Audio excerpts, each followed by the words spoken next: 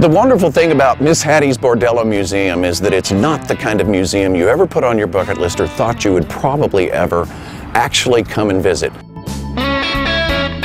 We believe the Bordello was opened in 1902 and 1906, somewhere in that range. We believe that Miss Hattie run a very strict business, and it was a very successful business.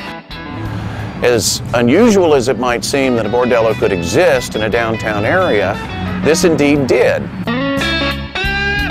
These girls were popular amongst the community. Miss Mabel, Miss Goldie, Miss Rosie. When you go through each one of the rooms and you look at personal items that belong to the girls, and there's lingerie over the edge of the bed, a pair of shoes on the floor, liquor bottles sitting on the gambling table, all of those elements that would have been a part of their real everyday life. We've tried to bring that back to life as you go through the museum. Everything that's up there was pretty much just piled up in the back two rooms.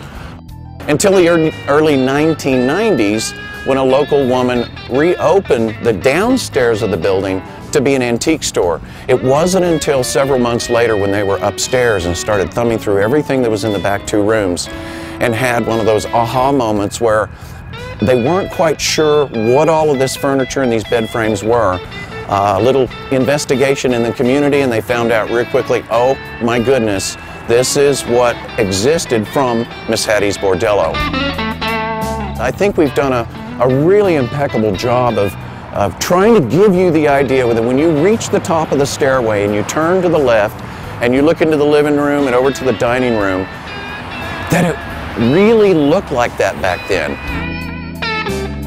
We believe you'll be really, really excited after you leave the building and understand that there's so many things here in San Angelo that actually reflect back to the history of when Miss Hattie's was actually operating. It's a step back in time that's just unbelievable. So come visit the most famous bordello west of the Colorado River, Miss Hattie's Bordello Museum. Shh, I'm right here in Miss Hattie's Bordello Museum. Legend has it that just 2 doors down, there was a tunnel built under the bank and it led right here to Miss Hattie's.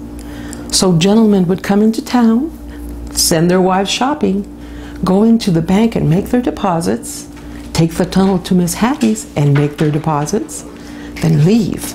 And no, gentlemen, Miss Hattie's Bordello is no longer in business.